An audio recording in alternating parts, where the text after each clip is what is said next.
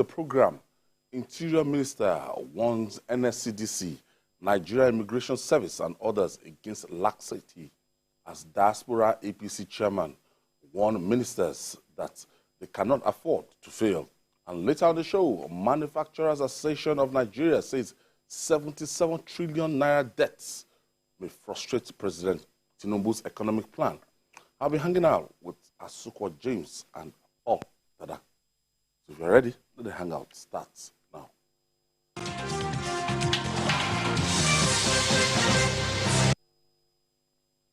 Thank you for staying with us.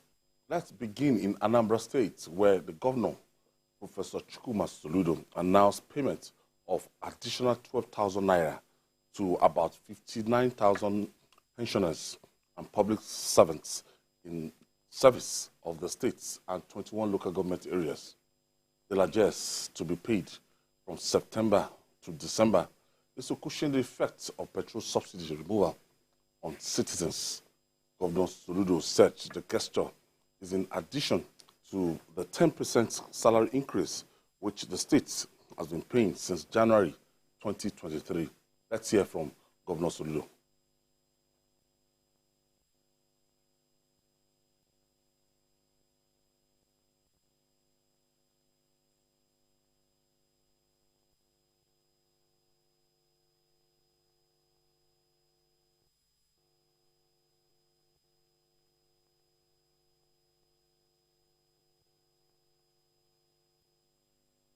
That's this thing is not playing out.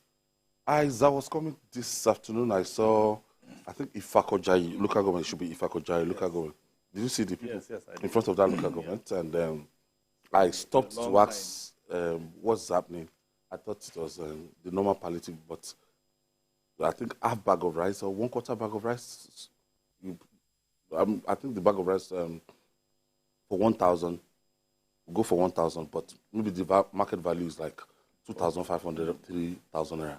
But something to just, subsidize household items, and also in Ojodu local government, the Shegun Odubaku had initiated something like that earlier, like last month, that people, the local government council, in their secretariat, they bought a lot of provisions and heavily subsidized. Heavily subsidized.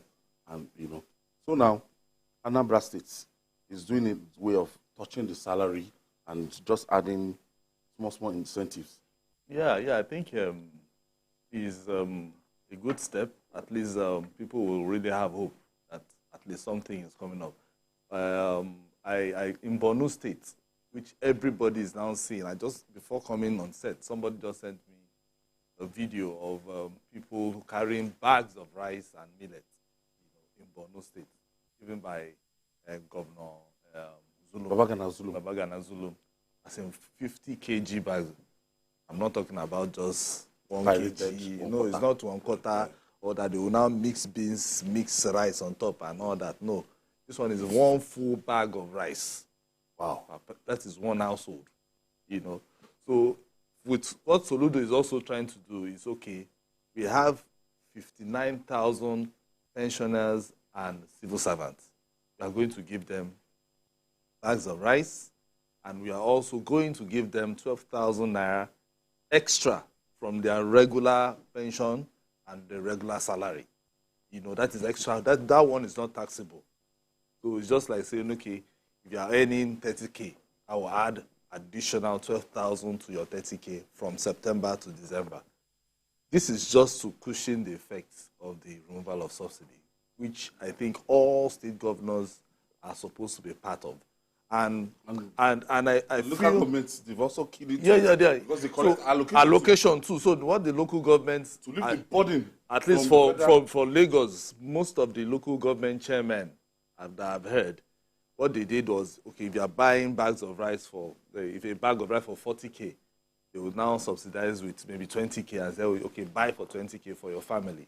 Same with groundnut oil. If it's 5K, they tell you, it's 2,005. So they subsidize close to 50% to 60% and 70%, so that families can be able to afford these things for themselves for maybe a month or two, depending on how they eat, and depending on the number of people in your house.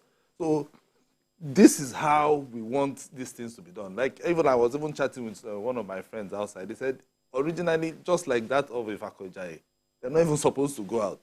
Abroad, they send you the tickets.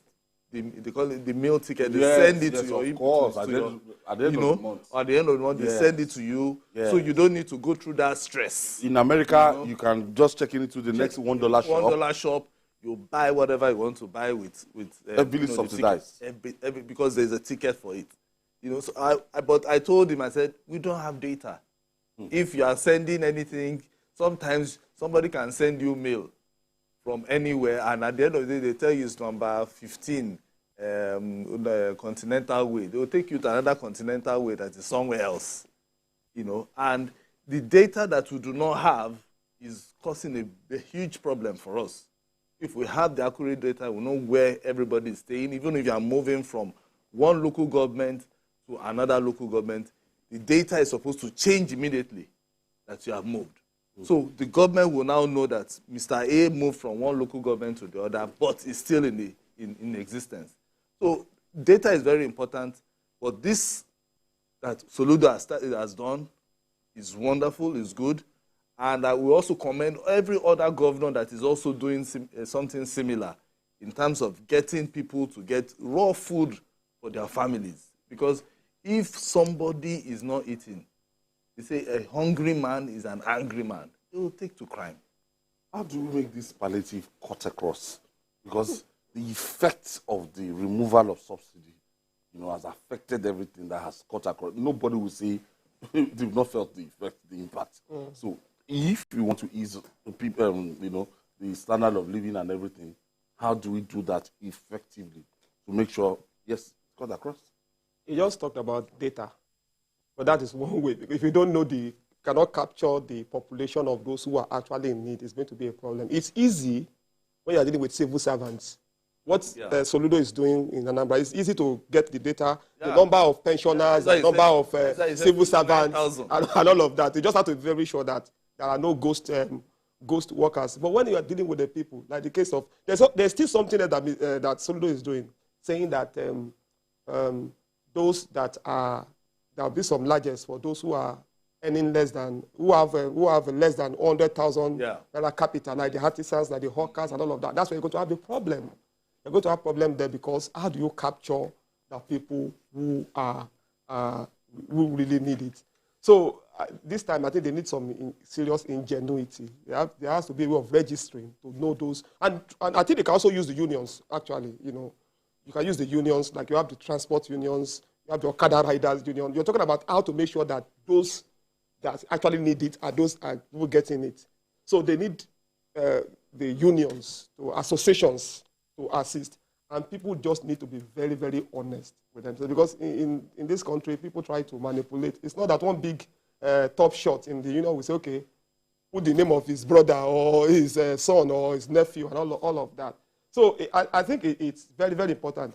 But beyond, I'm happy that local government governments are doing something in Lagos, because we have always complained that everything can't just be federal government, state government, what are local governments doing?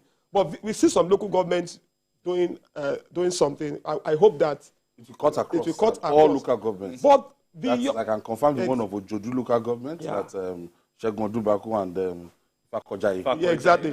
Just two out of 57 local councils in Lagos. I've seen activities. If others are doing something, let them publicize so that we can know and praise them. But beyond food is very, very important, because we also need to find a way of helping the area of transport. For example, I know the Lagos State government is trying, but I am not sure that the transporters have complied with the plan to subsidize. The directive by the directive, because if you ask those who are taking commercial transport, I don't think they have seen any significant difference in what they have been paying. So it's like that sector is not regulated. I don't know. Because the conductor will just come around 8 o'clock in the night, they just discover those should the 1,000. Exactly. And if you ask some of them, they complain that all sorts of people collect levies from them.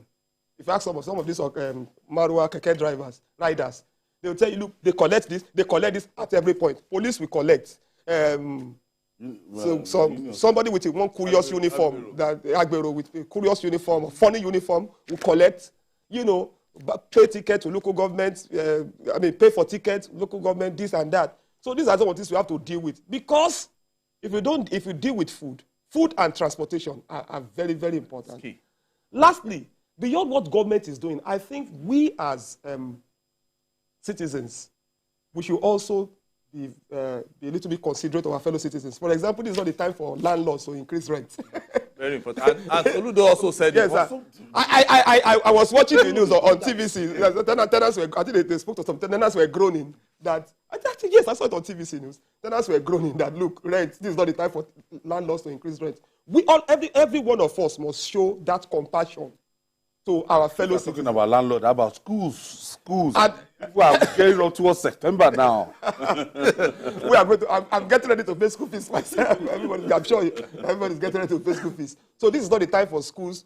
I think I've been told, we are trying to talk about school fees now. I think I wanted to change the schools of my son, and I was saying, look, we don't even know what the cost of books will be now, because what it was, or is it cost of uniform, is going to rise. All of us must show compassion. Those uniforms, you can't sew them. No, you have to buy them. Of course, you buy. You buy initially, then maybe these are hard times for everybody. So everyone must show compassion to the other person until things stabilize. Hopefully, things will stabilize. Nigerians, they don't seem to have that patience, because an average Nigerian now on the streets, we've voted Bola Tinubu, and we expect comfort, we expect him to deliver. They are not interested in the technicalities. All what they want is that Bola Tinubu perform. And look, so far, it has not been good. That's what they will tell you. Yeah. You won't blame Nigerians. Exactly. It is because of the past promises by successive government that, when I come, a crate of egg will now turn to... That one is not 3,000. Yeah. I wanted to buy egg there. They are telling me one is 200 naira. One? Just one egg is 200 naira. Yes, it's 200 now. Are you kidding me? So if it's 200. No, just one egg? Just one egg now is 200. So it means that if governments before we are telling you that there was a crate of egg is going to be 100 naira when you vote them in. Petrol will come down when you vote them in, and you vote for you come, and they are not saying those things, and you are promising and saying, I never knew that this is going to be like this. They prepared our minds. Some of the candidates actually prepared our minds. But what I have noticed is that some people make these promises outside. It is when they now get inside, that is when reality will now dawn on them. So, and you will not blame. That is why trying to, tell Mr. President now that, like Mr. President is doing now, and bringing these policies. Nigerians say they are not. Why Nigerians are not interested is he said he was going to hit the ground running, and hitting the ground running to an average Nigerian is, I want to go to the market and I want to buy that tomato at a very cheaper rate. I want to enter bus, and then conductor is not telling me 1,000 when I paid 100 naira some days back. So all these things it takes a lot of patience and talking to Nigerians for them to understand that, guys, we have made this policy before it was like this, but we are trying to make sure that everything will balance. So it means that the government, this new government, will have to talk and talk and talk. This is not the time for them to sit back. They have to keep talking, talking, appealing to Nigerians, so that Nigerians will understand that the team is in place now. Yes, now they have the team. So it's the team that will do the talking more than even the president. The president, I think it was president that said, let the poor breathe. But the poor are not breathing. They are not breathing well, and that's the reality. So the poor are not breathing well, and the poor are gasping for breath. They will complain. Now, it is very important that whatever government is doing, government does it very fast. Apart from that, efforts must also be made to stop saboteurs. You understand? Look at what is happening with the forex now, with the dollar stuff. Right. So that's it. Okay, moving on now. As the day passes, the situation in Republic of Niger takes new dimensions. The African Union, AU, has suspended Niger from its institutions and activities following last month's coup. The AU said the suspension remains until restoration of constitutional order in the country. In a communique, the AU noted that its decisions to suspend Niger followed failure of the junta to hand over power to the democratically elected president, Mohamed Bazoum. Asuko, can this bite, this suspension? AU. Well, I think this is not the first time that AU will be suspending a country in West Africa. They have suspended Mali, they suspended Burkina Faso. Okay, so I'm not sure Mali has felt the effect of this suspension. Because if you are talking about suspension, it means that make it stiff in such a way that the person that you are suspending would have a bite of it. Because I still see how the Burkina Faso military government, especially that young man there, he's gallivanting and boasting up and down. But if there is no food, there is no light, flights are not going to Mali, people are not doing business in Mali, countries have ostracized them completely, then he will begin to think, and then people then will begin to see uprising left, right, and center inside Mali or you understand what I mean, Ayo? Then that is when we now know that these sanctions or these suspension has effect. The ECOWAS, why everybody is now talking is because they have a new sheriff in town who is what I would call anti-anything military.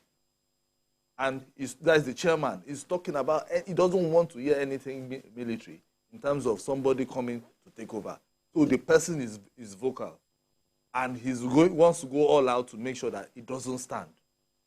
But now that people are appealing to him to use the diplomatic means, that is why he's sending people out to see that instead of them coming up with their own terms and conditions, it should be the terms that is, the terms of the country, which is go take back the democratically elected president there, and then we can start discussion. There is nothing that is democracy.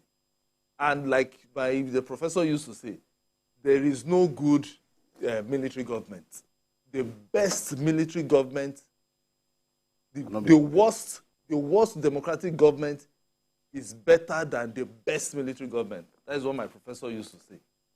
So whether they like or they don't like, AU has to make it stiffer. If you are imposing sanctions, you're imposing suspension, it has to be stiff so that they will know, they will have that, they will understand that this thing that they have done is wrong. If not, we'll keep running in circles. The standard force will just be there. Nobody's giving support. And like they said, like AU has said, they are not thinking even about the military intervention because they want to evaluate it, the repercussion.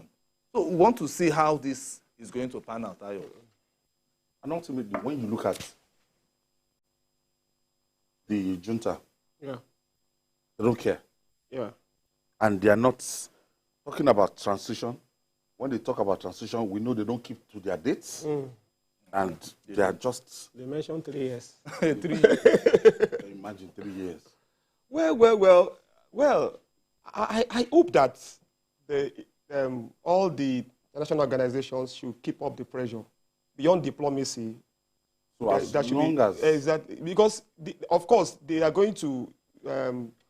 this initial braggadocio, this standing, I hope it is going to stop one time. I mean, on the part of the junta. Because I've seen there has been a spate of sanctions, really. Not only from ECOWAS, from the United States of America, from Canada, from France, from Netherlands, from the World Bank, security assistance, financial aids have been stopped or suspended. Now, AU's... the country that is not functioning exactly. Well, this is the country... Normally, in 2021, the United Nations declared Niger as the least developed countries. This, as the developed country, this is the country that almost 50% of them are living in extreme poverty. This is a country that 83% of them are living in rural areas. This is a highly illiterate country. Yes, over 80% are living in the rural areas. So I don't know how long they will hold out. And this is a country that has always been very unstable. You hardly have a head of state that finishes the tenure in Niger. In the history of Niger, it has always been coup. It's always been head of state being moved. And when people are tired of the person who has planned the coup, they also push the person out.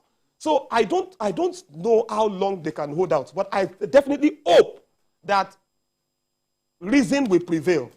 You understand? Both diplomacy and pressure. So whatever pressure that can come in terms of stiffer sanctions from whoever and wherever to continue. And the white diplomacy continues. Because, look, a threat to one is a threat to all. Mali did it. Mali is a thorn in the flesh of West Africa now, you know.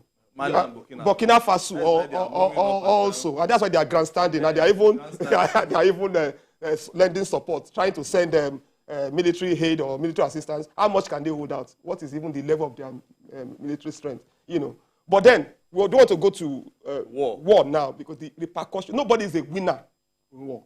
No matter what, nobody wins because lives will be lost and all of that. And the people who will be the worst hit are the Nigerians themselves. But everything that can be done to make sure that these usurpers live should be done. I think the only option is, diplomacy. Yeah, that's... As in, the military thing is not looking... But these guys don't even look like they want to listen to anybody. No, it's not looking likely, And I think with the Ukraine-Russia war, everybody now knows that it is not easy for you to just say, I want to remove you, I want one small country to attack or annex. No, it's not easy. If it was easy, America would have finished Afghanistan's matter since. And not that they will now say they want to withdraw. Part of America's misadventure in Vietnam. You understand? So the war between Ukraine is just a lesson. Because they are still fighting up till today. Russia that we thought that they were the superpower, they will just run over Ukraine like that. They can't. For months now, they've been going around trying to... Zelensky's doing a very good job. He's doing. Even days back, I heard that they brought down one of the Russian bomber. So you have tactical support. So if you look at it, we just need diplomacy so that we'll be able to address this issue. Tell the guy, we are giving you 1 month. Maybe ECOWAS can come up and say, you know what, if you need money for the election, we'll give you. But first, reinstate this man, then let the man voluntarily. There are ideas we can give, they can give. Let the man voluntarily leave the seat, but elections should be conducted within a month. ECOWAS can do that. ECOWAS send your electoral team or whatever. Then they will conduct the election, get another government in place. But for them to say they want to stay for 3 years doing what?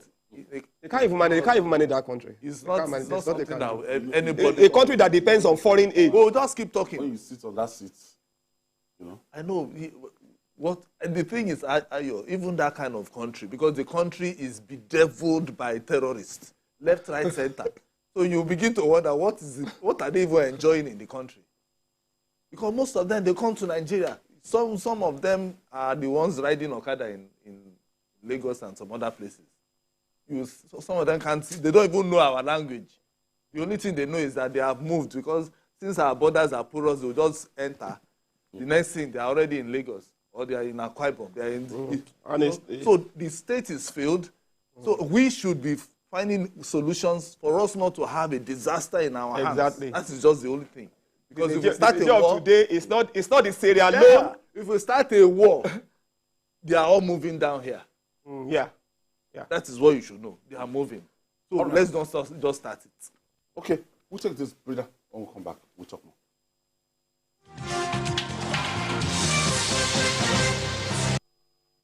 We are passionate about two things in Nigeria. The first is football.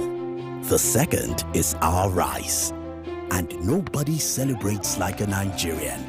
So, for every goal scored, every mark made, you can be sure to always come back home to rice. Celebrate with Nigerian premium Big Bull rice, homegrown just like you. Big Bull rice, tasty rice, nourished you. We are passionate about two things in Nigeria. The first is football. The second is our rice. And nobody celebrates like a Nigerian. So, for every goal scored, every mark made, you can be sure to always come back home to rice. Celebrate with Nigerian premium Big Bull rice, homegrown just like you. Big Bull rice, tasty rice, nourished you. You're heading home from work. In the busy traffic, your car breaks down. Car horns blast. Your car is pushed aside. You call for help. Phone battery blinks and dies. You take a cab. Few miles, tire bursts. What a day. Frustrated, sweating, and tired. Nearing home, darkness envelops the street. Wow, just one house is bubbling with life. Brilliant lights, loud music, smiling wife, all welcome you. We alone have light? Yes, it's JRB Solar Energy Systems, my anniversary present to us. No matter how dark life is, the sun is gonna shine on everything you do. JRB solar inverters, batteries, solar panels, solar street lights and more. Telephone 0906 752 1111. Email sales@jrbsolar.com. JRB, the sun is gonna shine on everything you do.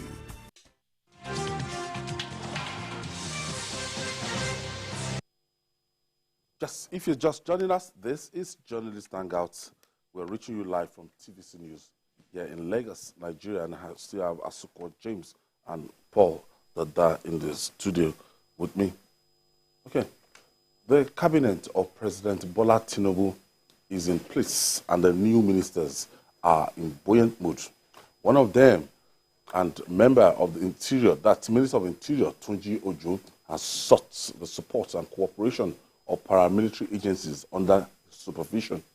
The minister warned agencies like the Security and Civil Defense Corps, NSCDC, and the Nigerian Immigration Service against laxity, charging them to get up in doing their job.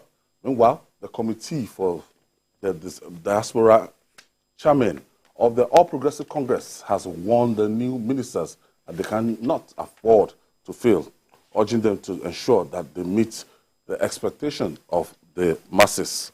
So, if you remember, our last Interior Minister, Asuko, that's Ogbeni Rauf Aregbesola, we had several jailbreaks across the country. We had the one that happened in Kuje, and that one was with the infantry and everything. So, this is a new Minister of Interior. They're urging the immigration, the prison service, correctional service to be under him and everything. So, what is expected of these people? We say when they come into the office, they read out this Riot Act, but there's a tendency for this, like talking about, after a while, because it was very, very audacious for those terrorists to actually carry out that jailbreak in Abuja at that time. I want to believe that Olubunmi Tunji Ojo is going to come up. He's young. He's going to come up with something innovative. And when I mean innovative, trying to see how the correctional facilities will be automated in such a way that automated and properly secured. I don't think we have active CCTV here all across. Because if you want to tell me that something like that happened, and when I mean actively automated, it has to be linked to the defense headquarters. I mean our correctional facilities, whereby they will be seen in case there's any major jailbreak like that. They should be seeing it somewhere. Not just within there, but outside where they will be able to, take action immediately.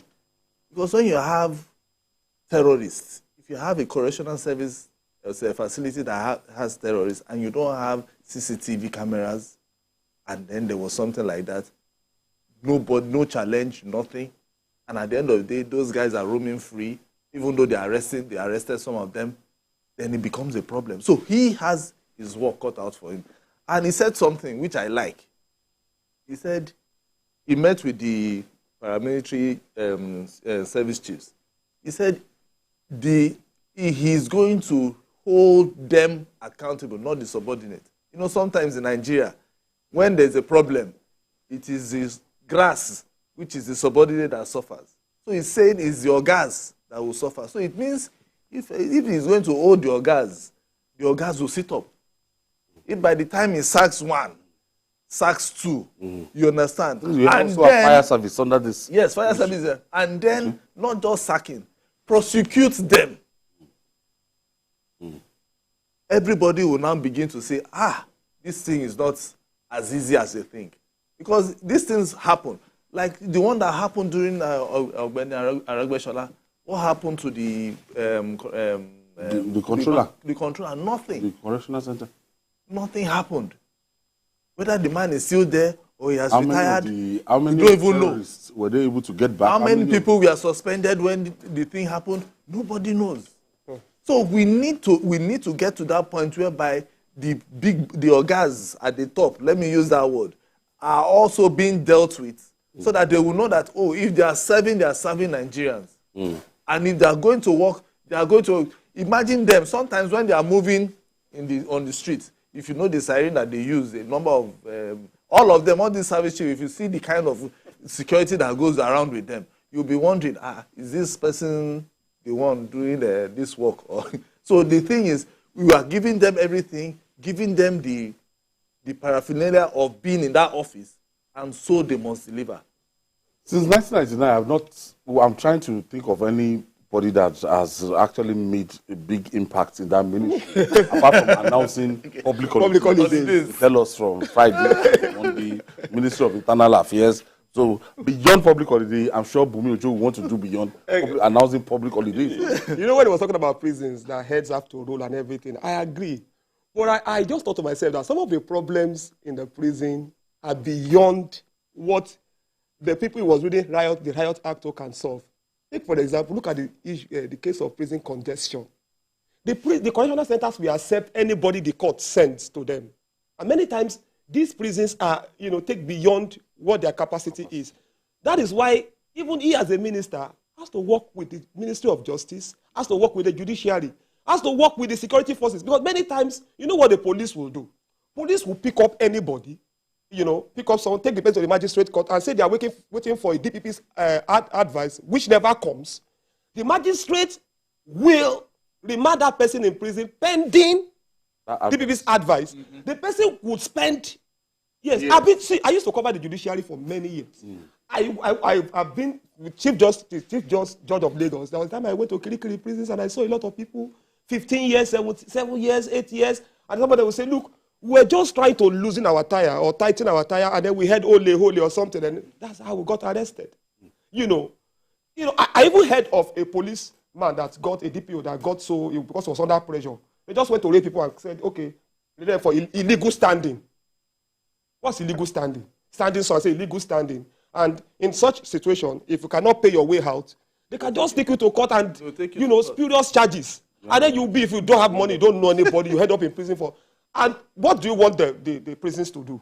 The prison cannot reject anybody that is sent. Prison authorities cannot reject anybody that's sent to them. They don't have that power to reject anybody. So when you have congestion, you already have a security risk.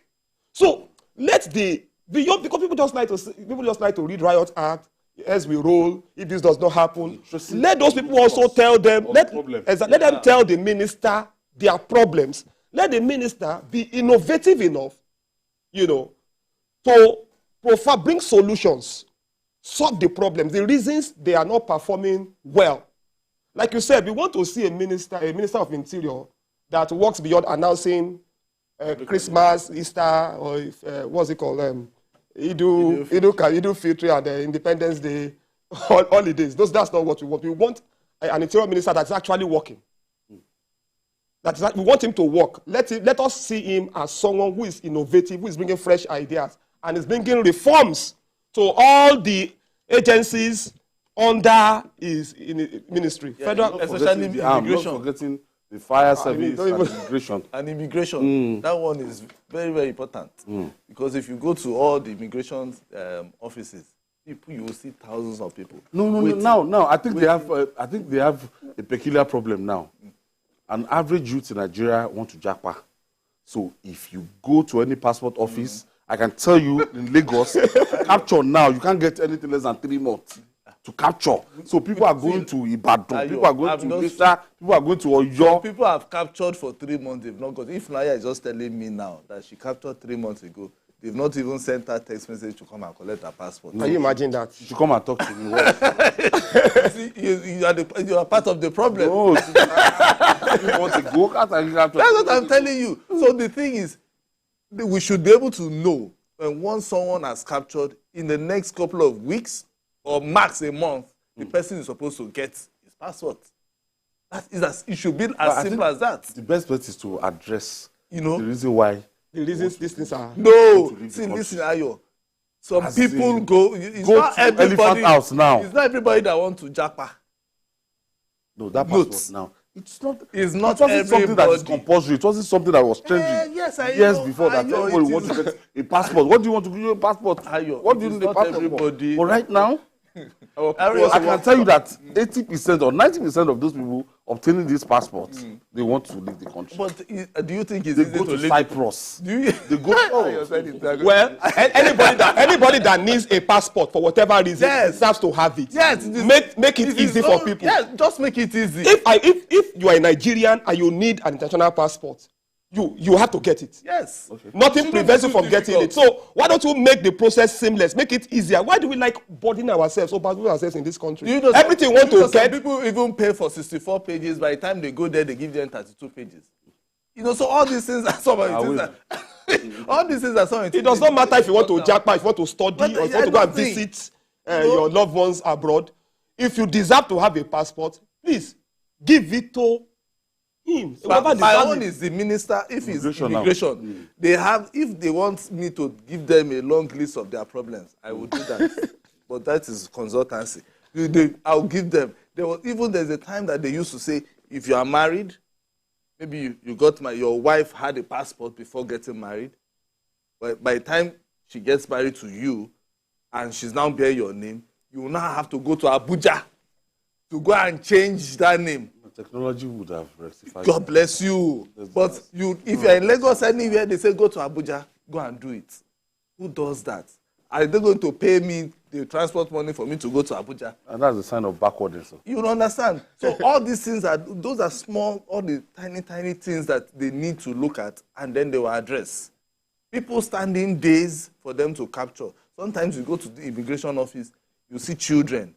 They'll say, okay, stand. After a while, they say they've not opened. They just come. They'll take you to one room. The children will be there. They will do it for them. Then they will leave.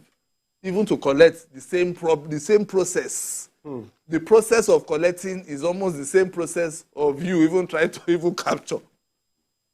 So the man, he has to just sit down and look at all these things. Maybe disguise himself. Go to these offices and then see the trauma that Nigerians are going through. I think Ogbeni Rauf Aregbesola did well by making sure that they open new centers. Yes, of course, exactly. Yes, Nigerian passport. Yes, it did very well. So if he's going to do something like that, more centers. If you need to leverage technology. But it's not just about having these offices or centers. It's also about if I come capture, when am I going to get my passport? I should get it easily. When am I going to get my passport? So it's not about. Sometimes you hear that they import those leaflets that you can see importing leaflets, ordinary paper, with security signs that Nigerian minting cannot help us do. And meanwhile, when Nigerian minting they are trying to do our naira, we are seeing naira that was. So the APC chairman in diaspora now warning the ministers that look, you have to perform. Yeah. Because if this government must succeed, these ministers must show up. Yeah, I agree. I think the time for singing praise worship songs is over. And when some of them were elated when they heard of their nominations and One was, I think I saw the video of her speaking in tongues, although she's not among those sworn in now. You know the person I'm talking about. I guess you know one of the persons that petition was written against. I don't want to mention, but I think you know the person. Okay. I think I saw a video where she was speaking in tongues, but this is not the time for speaking in tongues. Now speak plain language, you know. Already I see some of them are talking tough, you know. The former governor of River, Action Man. Well, you know, and beyond threatening to demolish illegally constructed buildings, he said something very instructive, that he promised the president that he's going to improve he's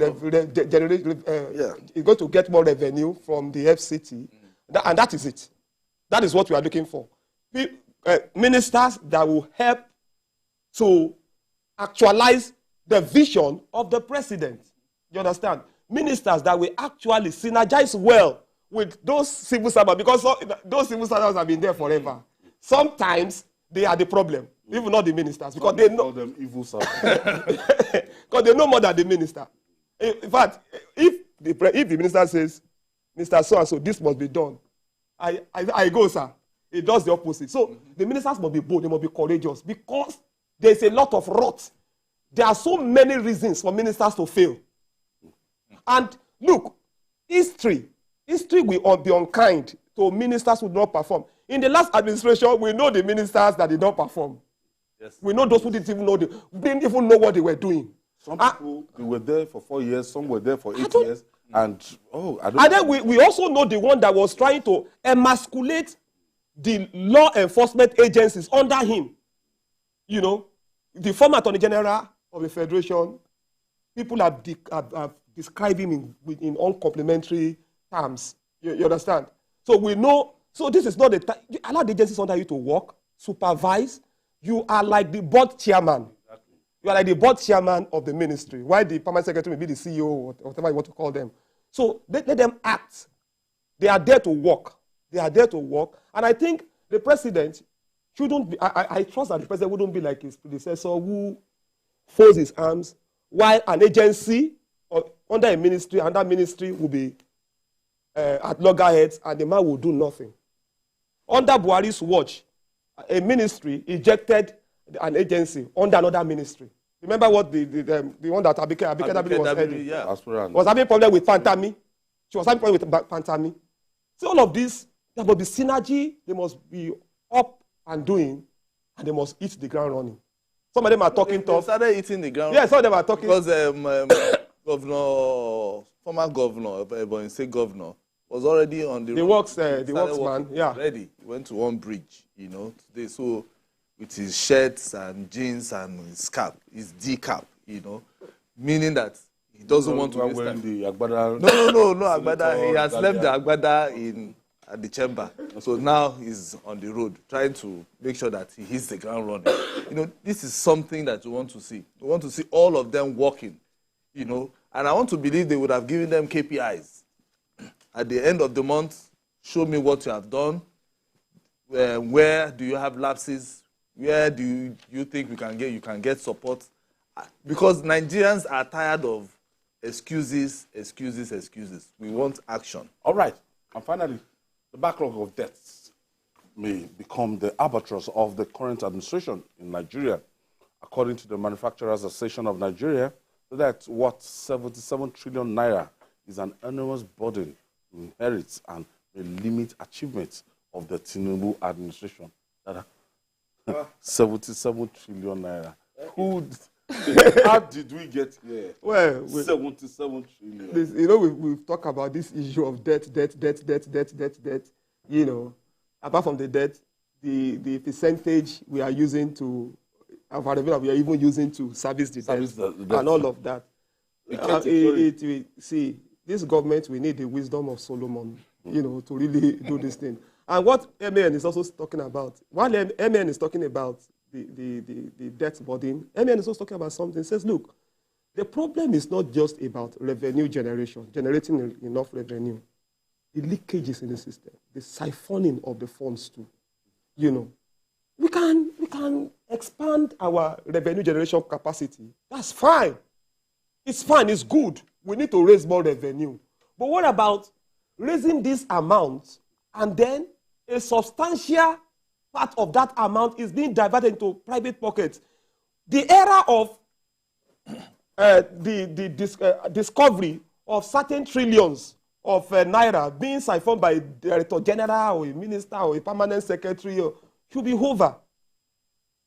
You know, this is a serious problem, but it is something that we can actually deal with. Because Nigerians will not spare this government if it's not able to deliver. So the president was voted for to solve problems.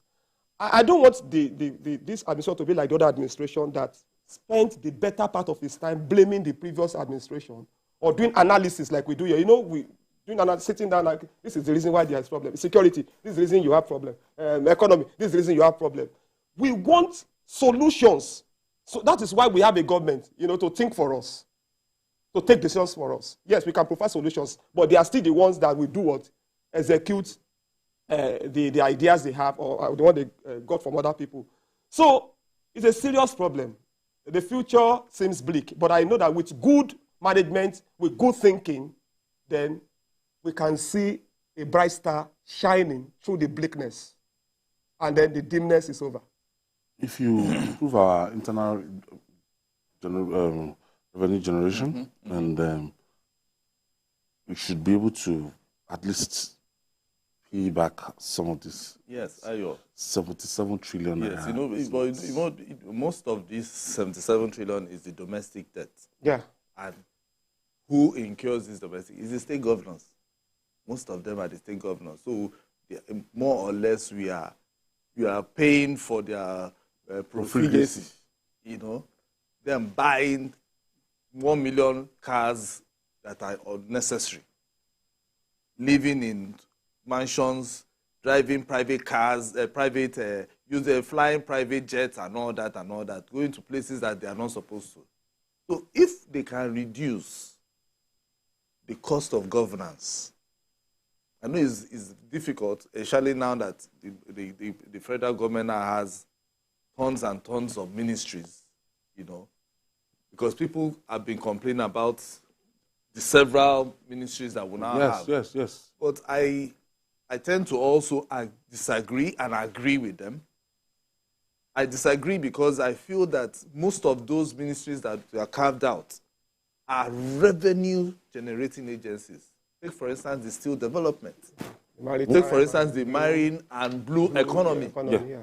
You know, if you look at it, you now know that this president, what he wants to do is to try and raise a lot of funds for him to be able to pay back these debts. And the marine and blue economy. That is a cash cow. Because I remember back in the days, Olisagbakoba has been, SAN, has been the only one always saying, each government, I remember since the days of Jonathan, has always said that the maritime industry generates trillions of dollars, but they were not tapping into it. But with this marine and blue economy, we believe that I feel the president has seen light in that ministry, and he wants to tap into it. And the so if he's able to get, Oyetola, who I know that he understands how he's going to bring out money from there, and he's very shrewd when it comes to money, because when he was in the States, when he was the state governor, he never borrowed. He was paying debt, and he was paying debt. How was he doing it? So he's someone that he needs to be there for him to be generating money with less amount of money being spent. I also think that the ministers, they are doing projects, they should think more of BOT, they should do it more on BOT basis. So that build, operate, and transfer. We should private sector. Exactly. We should, you know, that, of course, we need to, of course, raise loan and all of that, but we should do it with caution. We can do more with BOT, build, operate, and transfer. Let private investors, you know, come in. Let them build the infrastructure. Let them operate and transfer. I think there's another they call BOT, build, own, operate, transfer. So all of those things, let's use other means of raising funds and doing things well and still achieving the same purposes instead of just borrowing and borrowing and borrowing and borrowing. They also have to look at the taxes. You know, they can widen the net. We have more people into it. Yes. You know, more companies, more. If we allow the private investment for them to breed, the government will get money from them. But once the state governments are spending money anyhow and increasing taxes on private investments, that is why man is complaining. Government will be doing their own, spending money as they like. At the end of the day, for them to be able to match up with their own daily, with the normal things they are supposed to do, getting infrastructures in place, what they will now do is they will move that burden to the private sector. So if we can stop that, government looking at, I want to believe that this government is going to have a monitoring team. It's just like the first topic we had, which is the subsidy, the palliative. The 185 billion, I thank God it was a grant. So if you want it, collect it, but they will be monitoring. You have to pay back to the system. That is how it's supposed to be. It's not business as usual. They'll give you money and now start going up and down. Implementation too matters. Yes, but my own is, if you collect money from me, you have to pay me back. So state governments who are all doing palliative, if they are collected the 5 billion, you have to find a way of returning back to the system. And we also, as citizens, we also have to be looking at all these things that the state governments are doing. The media too, we are also going to torchlight, as they used to say. Do you think it's fair for, is it like Lagos State to also get 5 billion naira? 5 billion, 20 million people? No, I'm not sure Lagos State will want to collect that. No, as in, I'm saying that the number of people residing in Lagos, no. What will you be doing with 5 billion? That one is like, is like money that you know, when somebody gives you a token, you fold it and Ayo, the only funny thing, even those who are collecting the 5 billion, I've seen the joke on social media that how many governors can you even trust to use this judiciously? They mentioned a few governors. They mentioned Zulum, they mentioned the one in Kwara. And like they said, can we even trust all these governors to use? No, that is where monitoring comes in. There are some governors that you give 5 billion, they will be happy, and then you see them working with it. You can't talk, you are talking about Kwara. Kwara will share the money and everybody will see it. The man has been doing things and nobody is saying anything about it. But if you go to Ilorin, you see what he's doing. Like publicity. He doesn't like publicity. I want to thank Zulum, we are seeing what he's doing. Yeah. Okay. Today is Chris Kende, Wadu's birthday, Sikian. Wow. So happy birthday, Sikian. We say happy birthday to Sikian. He's Odogu. That is his title. We want to wish him well. We want to wish him well. He's a member of Journalists Hangout, jolly good fellow. And very good man. Next year, I think it will be Barrister Chris Kende, one maybe lawyer now. So happy birthday, CKN. Wishing you many more prosperous years ahead. I want to thank you. Amen. Paul Dada, thank you for your contribution. And the pirated man himself, Asuko James. Thank you for having me. All right. And that's where we leave it today. Join us tomorrow for another episode of the program. You can watch the repeat broadcast tonight at 11 p.m. Join us this Sunday from 11:30, from 1:30 to 3:30 for Journalist Hangout. On Sunday, we're on YouTube, youtube.com/TVC News Nigeria. I'm Ayodele Zubako. See you tomorrow.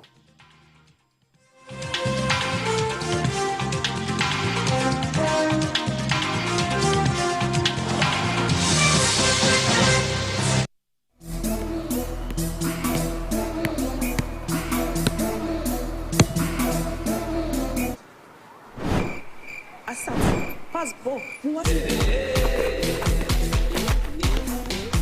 for skills.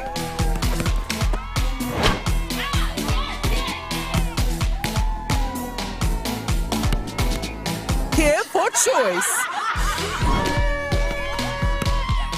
Here for fans. Here for dreams. Here for goals.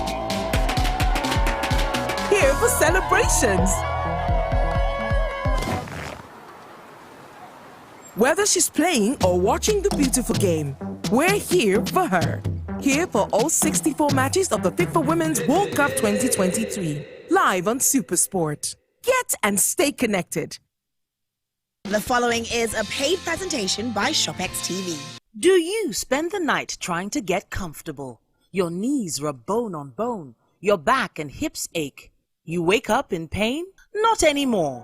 ShopX TV is proud to introduce the Contour Legacy Pillow, the patented, ergonomically designed tapered leg pillow that naturally fits the contours of your legs, knees and thighs to help align your spine and alleviate pain.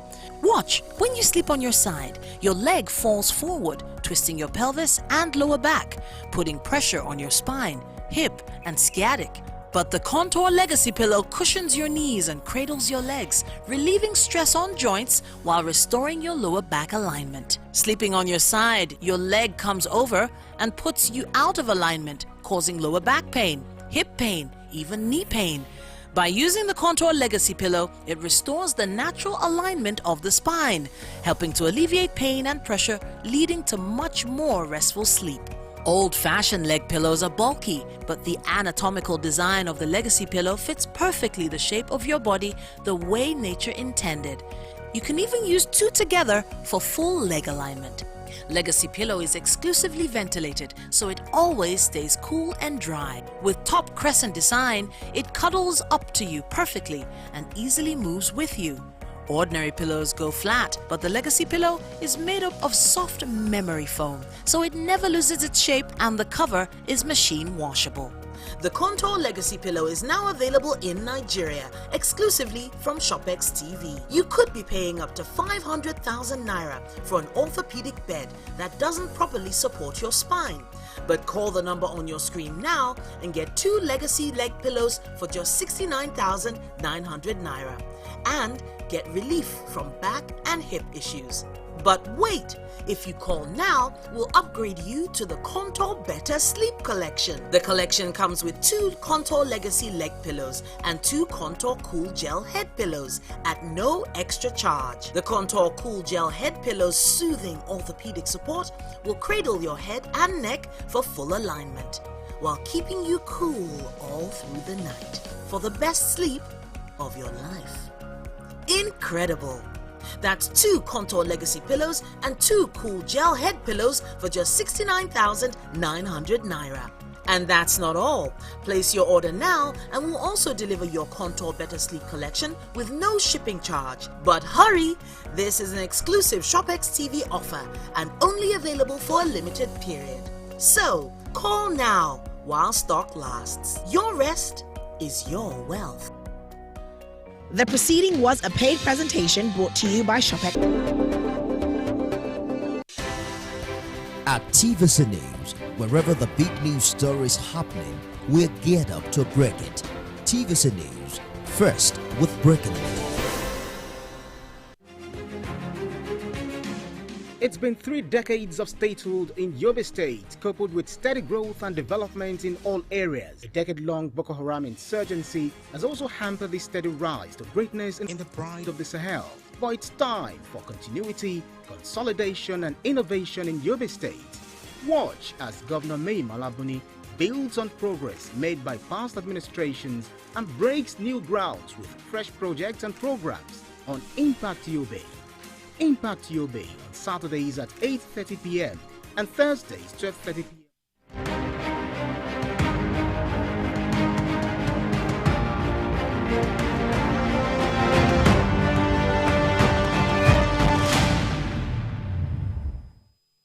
Hello everyone, it's day 85 of President Bola Tinubu's administration, and the 45 ministers sworn in yesterday by the president have resumed work, meeting with senior officials in their various ministries and charting the path under their leadership.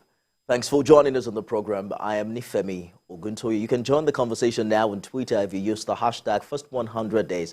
Remember to tag at TVC News NJ. Let's begin with an update on the Niger situation. The ECOWAS envoy to Niger Republic are saying there are hopes of a diplomatic solution to the political standoff in the country without necessarily resorting to the use of force. Nigeria's former military president Abdulsalami Abubakar said this after a meeting with President Bola Tinubu today, where he briefed him on the outcome of his mission to the landlocked West African country. General Abubakar had met with the military coup leaders and the deposed President Mohamed Bazoum after the first effort failed due to the resistance put up by the country's military. The ECOWAS envoy said the announcement of a 3-year transition plan by the military junta is solely their position, but he believes President Tinubu, as ECOWAS chair, will consult with other members of the Authority of Heads of States, and talks will also continue toward resolving the standoff. Like I said, we started talking. We made their own points, and then I made my report to the chairman of the ECOWAS Heads of State and President. He will now consult with his colleagues, and then the ding-dong starts, and we'll get somewhere, hopefully. Hopefully, diplomacy will see the better of this thing. Nobody wants to go to war. It doesn't pay anybody, but then again, you know, our leaders have said, if all fails, and I don't think all will fail, we'll get somewhere, we'll get out of this mess. Former military president Abdulsalam Abubakar there, who was Nigeria's envoy to Niger. State House correspondent Femi Akonde joins me now for more details. So the former president, we understand, was back in Niger, and this time he met with the junta and President Bazoum. There were concerns about the president's state of health. Did he talk about how the president is faring, Femi? Well, Femi, he did not give us in details what he discussed with President Tinubu as chairman of ECOWAS. That is between him and President Tinubu, and President Tinubu will further go on to brief the Authority of Heads of State and Government on the report brought by General Abdulsalami Abubakar as the ECOWAS envoy to Niger Republic. But you know, in that country, Niamey, he talked about the state of health of the post-president Mohamed Bazoum. He said it's a matter of concern for them. They discussed that with the post-president. But he said that the post-president is in good spirit and is hopeful that the situation will be resolved. What they also did is to talk to the military coup leaders to ensure that Mohamed Bazoum is given the best treatment, quality health care, and just to ensure that he's properly taken care of while still being held by the military coup plotters, as they also wait for this whole political standoff to be resolved. Nifemi. It would seem that the regional bloc itself is favoring a more diplomatic approach other than its initial threat of a military action. But what's the body language within the presidency in this regard? Well, what the regional bloc did was to put its standby force, or to activate its standby force. That is, if they exhaust all diplomatic options, all other avenues to restore constitutional order and resolve the political standoff, that is when they will resort to the use of force. That is the last option, and they are very careful in this regard and ensuring that, well, still mounting pressure, talking to people that also have influence within the Niger Republic to try to prevail on the military coup plotters to restore constitutional order. They recorded the first step in that direction with the meeting between General Abdulsalami Abubakar and the military coup plotters. You know, this further pushes back the option of the use of force, because the coup leaders have opened up now and started talking to ECOWAS through this special envoy. We expect these talks to continue. It is when ECOWAS meets a brick wall, that is when they might again meet to consider how and when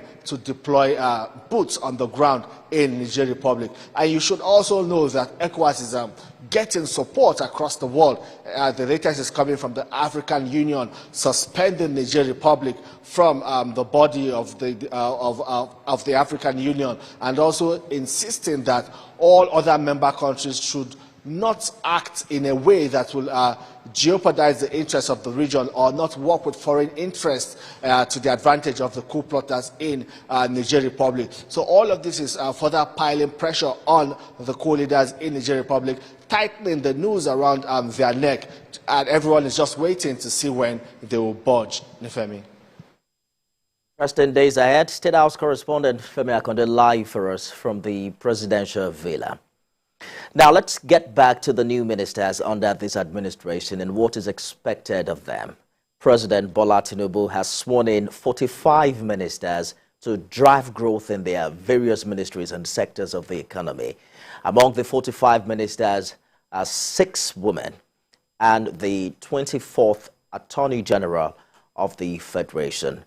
Already, they have started making some bold statements, from providing relief to Nigerians in the midst of the economic situation the country is currently faced with, unveiling a new plan for the country's foreign policy, and some are talking also about delivering on the renewed hope mandate of the Tinubu administration.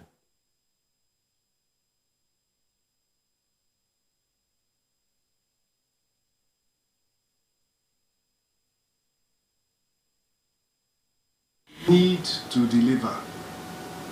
We need to perform. The expectations of Nigerians are heightened. Mr. President has already set the ball rolling to put Nigeria on the course that will take it to rapid, sustained, and inclusive growth. In due time, we'll also be unveiling a new vision for Nigeria's foreign policy, 4D diplomacy. There's a reason why the ministry was renamed, to refocus us back. We need to bring smiles back to the faces of Nigerians. We shall be working with KPIs. If it is monthly, 3 times, 4 times in a year, please, you better let us all now recycle. I'm joined now by Dr. Jide Johnson, Chief Lecturer at the Nigerian Institute of Journalism. Also joining me is legal practitioner and public relations expert Jide Ologun. It's a conversation with the Jides tonight. Good evening, gentlemen, and thank you for joining me on the program. We now have a Federal Executive Council 84 days into this administration, approximately 3 months, I believe. What do you make of the time frame? Mr. Ologun, are we on track here? I'm with you. Yes. What do you make of this time frame? Would you say that this administration is on track relative to its campaign promise of hitting the ground running? Absolutely. As provided for under the Constitution, the President forwarded the nominees to the Senate within the 60 days stipulated by the Constitution. And if you look at Section 5 of the Nigerian Constitution 1999 as amended, it says that subject to the provisions of the Constitution, the executive powers of the Federation shall be vested in the President. And of course, he has the latitude to exercise this executive power either directly or through the Vice President and ministers of the government of the Federation. So they constitute the Federal Executive Council with the governors of the state in serving the nation. And the President has made it clear to the ministers that this is a season where you need to serve the citizens and not your selfish interests. And of course, if you look at Section 147 of the Constitution of Nigeria 1999 as amended, it talks about the minister's office, and also that it may be established by the President. So they are answerable to Nigerians through the President. So the ball is now in the court of the President to ensure that his vision and mandate of renewed hope is carried out by the ministers. And let us underscore the fact that these ministers are coming to office to supervise existing ministries. We have the DGs, we have the directors, the permanent secretary. So we have structures on ground already. And what are they expected to do to deliver prosperity and good governance to the citizens? Wherever, for instance, in the power sector, and I believe the oil and gas may be under the portfolio of the President himself. And from what we are hearing from some of the ministers, it seems they are willing and ready to serve. But like we say in project management, you need to monitor them to ensure that they deliver on the mandate. And some of them are yet to have their portfolios. We still have the Ministry of Youth. Indeed. And already... We'll get there. We'll get there shortly, Mr. Ologun. But, you talked about the need for them to match words with action, and that's the interest of most Nigerians. Let me bring Dr. Johnson into this conversation. These ministers are sworn in at a time where the country is battling a sluggish economic growth. There is a weak currency amidst high inflation, and Nigerians are, really counting on what this administration would do differently. Talk to us about how challenging it is for these new ministers at this time. I think what is required is unity of purpose, direction, and coordination among the ministry. In recent past, we see ministries and ministers working at divergent purpose. There's no coherent direction. And I think the starting point would be for the president to organize a retreat for the newly appointed ministers, where his vision, encapsulated in his campaign team, Renewed Hope, will be shared with the ministers so that each of the ministry will be working towards the same purpose, the same direction, and not at cross purposes. And I think if that is done, that will set the ball rolling in achieving the goal that is set out by the administration in providing renewed hope for Nigeria. And once that is done, then it becomes imperative for you and I to set out our watchdog, to set out to look at the key performer index that we use to measure their performances in office, providing timeline, 100 days, after 100 days, 6 months in office, so that there's a periodic review of their performances, so that the Nigerian nation and the Nigerian people can actually get deliverables of democracy.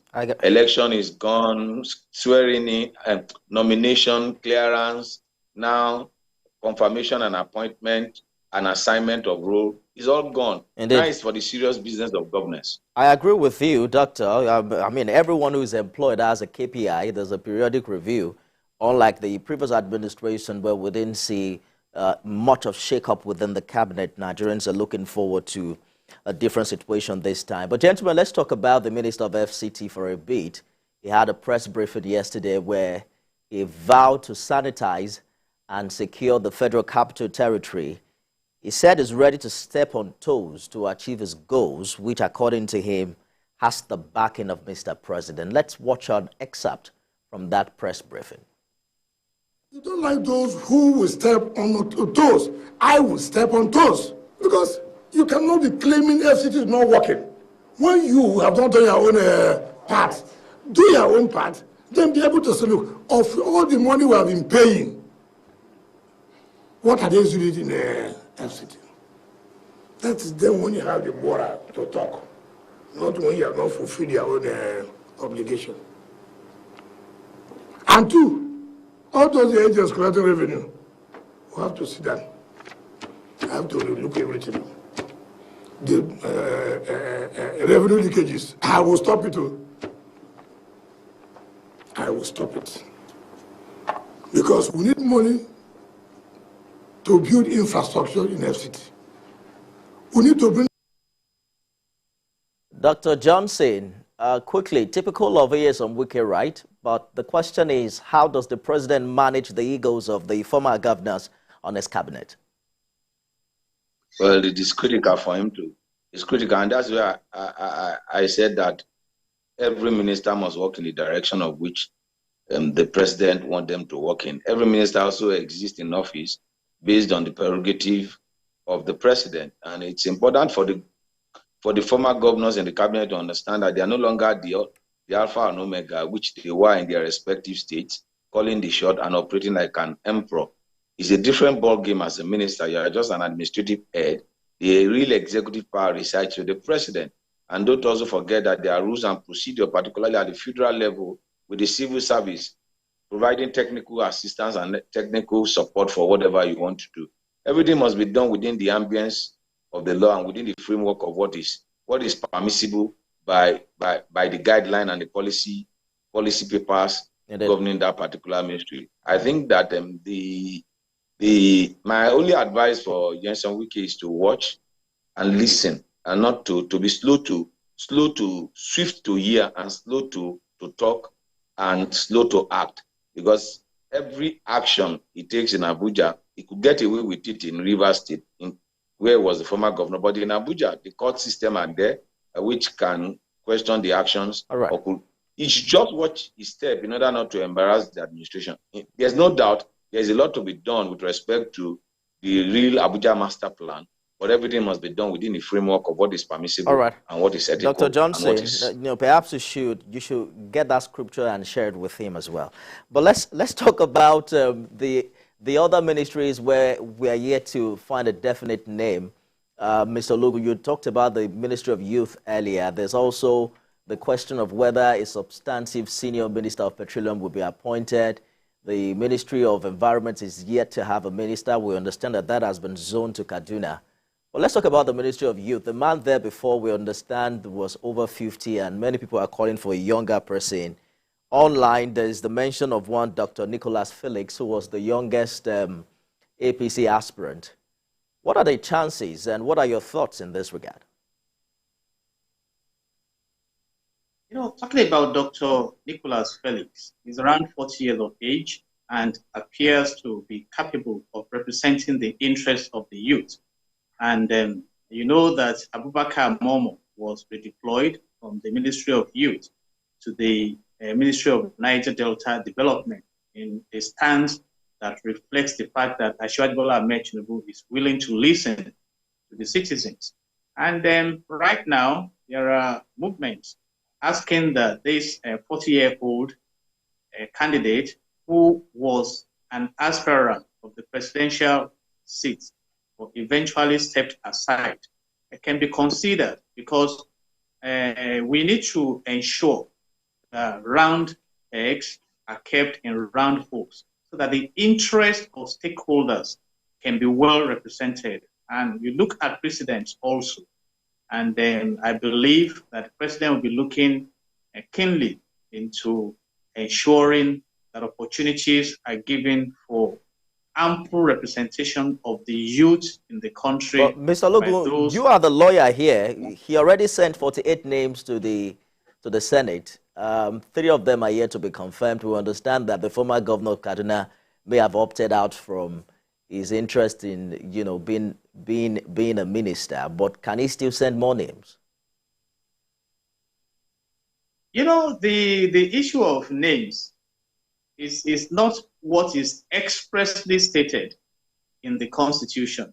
For example, what Section 147 of the Nigerian Constitution 1999 as amended says is that it should be in line with Section 14 subsection 3 of the same Constitution, which talks about federal character.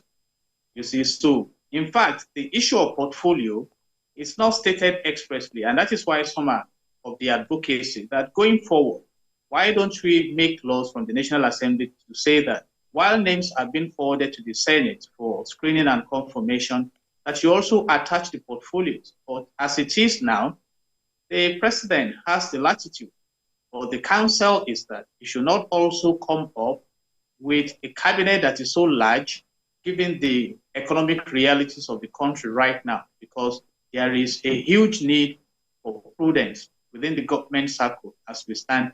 And of course, performance. And like Dr. Peter Johnson mentioned earlier, you need to monitor and be sure that these ministers perform in moving the nation forward, because at the end of the day, their activities will be documented against the tenure of the president. Indeed. I've said it before. The president of Nigeria in the Second Republic was Shehu Shagari. I don't know how many Nigerians can tell us the names of 4 ministers in 5 minutes. So it's very important that the president himself is on his toes, ensuring a visible transformation in this nation. Indeed. From poverty towards prosperity. So, and he is the one to choose those who can work with him. And from what we have seen, talking about Nyesom Wike, is the man who performed in Rivers State. And if you look at the master plan of Abuja, there is need to bring back sanity to that environment. So whatever these ministers are to do to begin to reverse the bits of impunity in the country. Indeed. And restore orderliness, I support. So, and it's up to the president to ensure that, like a project, you monitor to ensure that resources are not wasted. But when it comes to boardroom on returns on investment, you can calm down later and say, oh, I've made the best of choices and my citizens are better for it. All right. But the essence of I guess we're going to have to wait to see, because we've seen there's been a lot of miraculous intervention during the screening exercise, a situation where a name was changed right there on the floor of the Senate. So whether or not Dr. Nicholas Felix will be able to make it, we'll see how it happens in the coming days. But Dr. Johnson, we're wrapping up in a few minutes. Let's talk about the current structure as it is. There are about 10 new ministries or modified ministries, so to speak. We saw a few reshuffling and change of ministry happening, even a day to swearing in. What do you make of this current structure with 45 substantive ministers? Well, for me, it's too large. This requires super coordination, because you have a lot of ministries with overlapping functions, and you have duplicity, if not multiplicity of functions. And as a result of that, it could create disharmony, it could create conflict, it could create competition, even among ministers. And that's where proper coordination needs to come from the office of the secretary to the federal government, as well as the chief of staff to the president.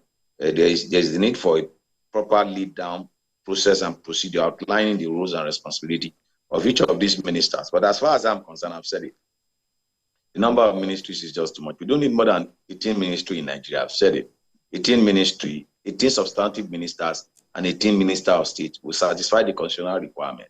America does not have more than 13 departments. What do you want to do with 45 ministries? What meaningful discussion can you have in a federal executive council that has a 74 member?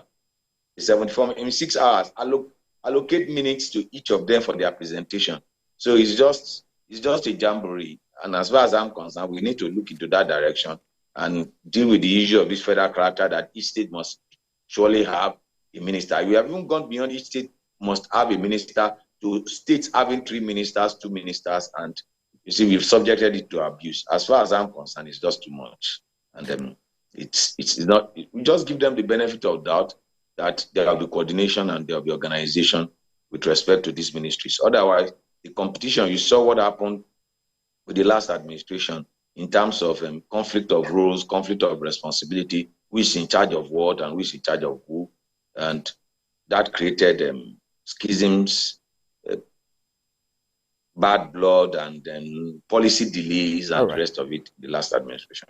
So this current cabinet is bigger than that of his predecessor. Muhammadu Buhari had 36 ministers in his first term, but that number increased to 43 in the second term. Under the law, really, the president must include a member from each of the country's 36 states. But this administration has created 10 new or modified ministries. And perhaps we should give them a benefit of doubt to see how it all plays out in the coming days. Gentlemen, thank you for your contribution. I've been speaking with Dr. Jide Johnson, who is a chief lecturer at the Nigerian Institute of Journalism, legal practitioner, public relations expert, Jide Ologo. Thank you, the Jides, for joining me today. Thank you very much. Have a wonderful day. Great.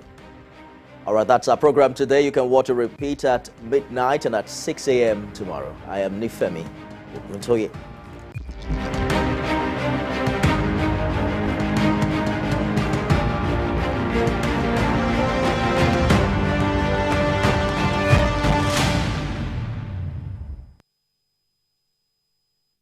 The following is a paid presentation by ShopX TV. Are you worried about the safety and security of your home at night? Do you wish to know when intruders come close to your home? Or do you want to protect what matters to your family from anywhere at any time? What if there was a convenient, affordable way to keep surveillance in your home without having to worry about wires, installations, or heavy light bills? Introducing the incredible Sidebulb HD Cam, the robotic 360-degree two-way torque camera with action tracking technology. Sidebulb is the ultimate solution for discreet and powerful surveillance. It's so easy to install, and the app lets you rotate and view the video from your Sidebulb in real time from any smartphone. You can drop in from anywhere and check in with our two-way talk technology. Talk and listen at the same time. Hello, Mommy. Hey, sweetie. I'll be home soon, okay? Sidebulb's advanced tracking technology locks. The following is a paid presentation by ShopX TV. Are you worried about the safety and security of your home at night? Do you wish to know when intruders come close to your home? Or do you want to protect what matters to your family from anywhere at any time? What if there was a convenient, affordable way to keep surveillance in your home without having to worry about wires, installations, or heavy light bills? Introducing the incredible Sidebulb HD Cam, the robotic 360-degree two-way torque camera with action tracking technology. Sidebulb is the ultimate solution for discreet and powerful surveillance. It's so easy to install, and the app lets you rotate and view the video from your Sidebulb in real time from any smartphone. You can drop in from anywhere and check in with our two-way talk technology. Talk and listen at the same time. Hello, Mommy. Hey, sweetie. I'll be home soon, okay? Sidebulb's advanced tracking technology locks onto motion and tracks in real time. Set the siren alarm to go up when motion is detected and keep intruders away. Check in on your home while you're away. Make sure the kids got home safely. Interact with visitors at your doorway or surprise a trespasser. Surveillance in a light bulb. I was amazed at the 360-degree rotation. It gives me a full view of my house and I can check in on my kids. The footage is clear and the night vision is so impressive. The best part, I can add multiple sidebulbs for a complete home surveillance. I really like my Sidebulb. It's so easy to use. I just downloaded the app, I put it on my phone, and I add it up and run in about 3 minutes. Traditional surveillance systems are bulky, expensive, and difficult to install. But with Sidebulb HD Cam's innovative design, installation is as fast as changing a light bulb, and it's made for indoor and outdoor surveillance. The Sidebulb HD Cam is now available in Nigeria, exclusively from ShopX TV. You could be paying up to 200,000 naira for an indoor and outdoor security system that doesn't fully secure your home. But call the number on your screen now and get the Sidebulb HD Cam for just 45,000 naira and get peace of mind. And that's not all. If you call now, we'll give you an extra Sidebulb at no extra cost. That means you buy one and get one free for 45,000 naira. But wait, there's more. If you order now, you get the Sidebulb HD Cam delivered to you for free wherever you are in Nigeria. So, call the number on your screen now or visit our website to place your order while stock lasts. The proceeding was a paid presentation brought to you by ShopX TV. Never miss a moment. Instant breaking news from all over the globe. Live streaming of your favorite programs delivered directly to you.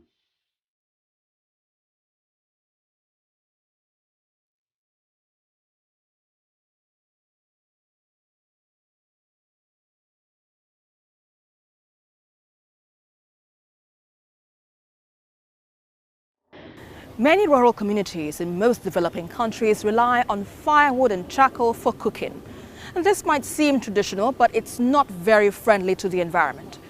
Cutting down trees for fuel harms nature and releases harmful smoke. But a local startup in Nigeria is providing an alternative solution to this challenge through the production of biogels made from water hyacinth and sawdust. This and more will be our focus on this week's edition of Green Angle. Welcome. I am Esther Mofariola.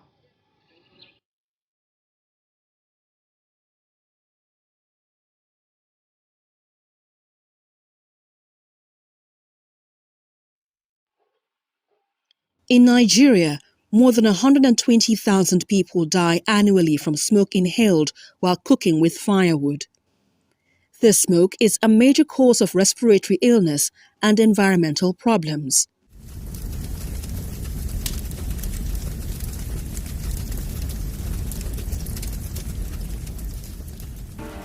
But a small company in